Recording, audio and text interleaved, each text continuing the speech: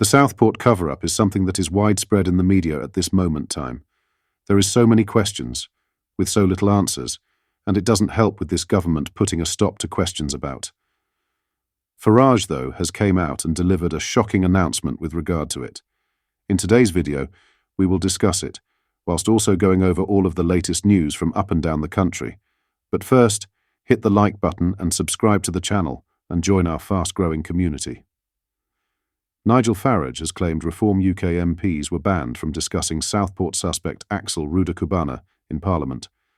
The Clacton MP says he submitted a written question to Home Secretary Yvette Cooper, asking if Rudakubana had ever been referred to the Counter-Terrorism Prevent Initiative.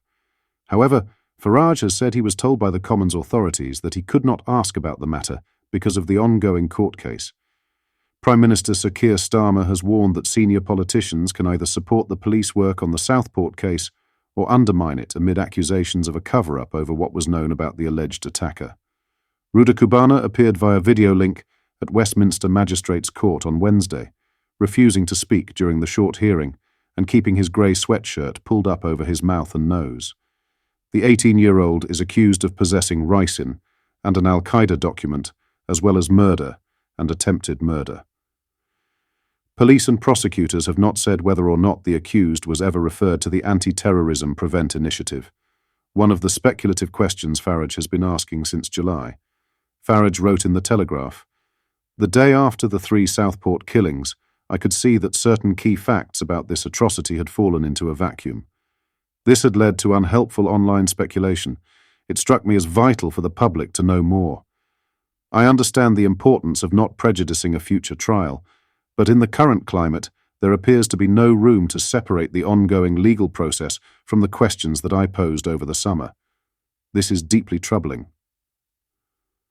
Farage said that on Wednesday, his Reform UK colleague Richard Tice was selected to ask a question of Starmer at Prime Minister's Questions in the Commons. He wrote, "That morning, he received 3 panicked emails from the Commons authorities asking what the content of his question might be. Then, an hour before PMQs began, he received a telephone call in which he was told not to ask anything about the man accused of the Southport attacks. This point was reinforced strenuously by the Speaker in the Commons just before PMQs began. Parliamentary privilege was effectively withdrawn.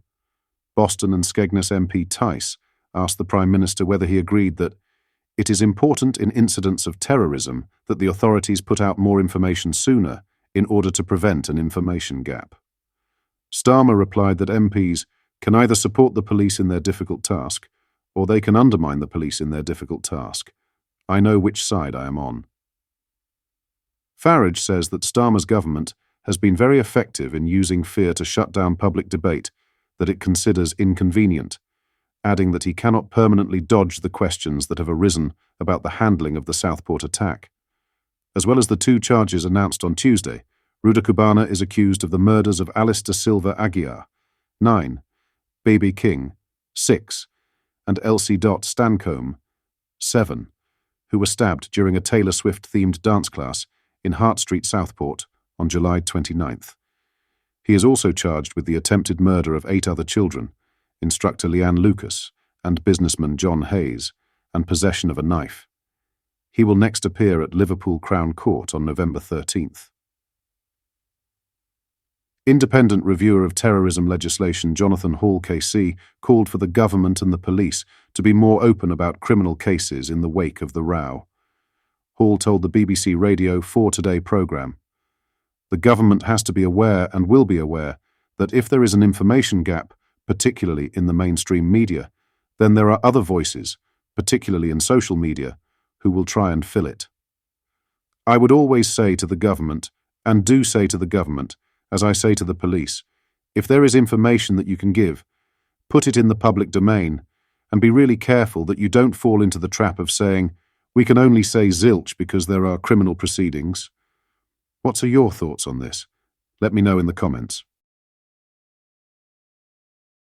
In other news, Labour's Chief Treasury Secretary Darren Jones has defended the party's controversial inheritance tax changes for farmers.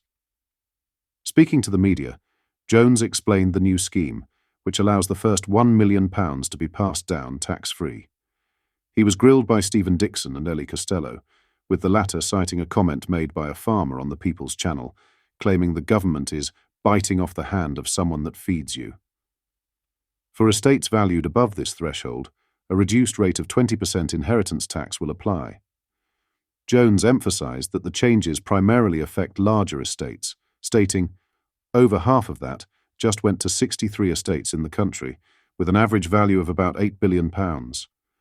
He assured that most small and medium-sized farms would remain largely unaffected by the new policy.